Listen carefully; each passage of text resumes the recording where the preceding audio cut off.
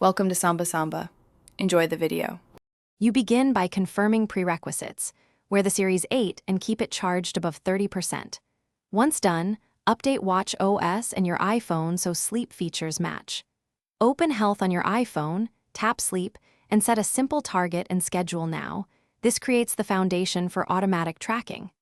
Make sure Sleep Mode and Do Not Disturb are configured to reduce screen interruptions. Doing these first ensures the watch records data properly when you move to the next steps. Next, you dive into the tracking settings so your watch captures meaningful metrics.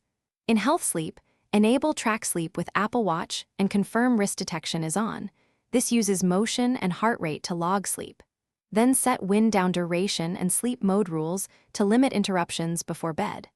Customize haptic alarms and auto-wake settings so you don't jolt awake. Make sure heart rate and blood oxygen permissions are allowed for richer insight. These sensors explain why sleep stages are classified. Finally, you learn to read results and fix issues. Each morning, open Health or the Sleep app on your watch to review duration, time asleep, and continuity. These numbers explain nightly quality. If data is missing, restart both devices, toggle Track Sleep off and on, then resync. Make sure watch fits snugly and software stays updated. Poor fit or outdated OS often causes gaps.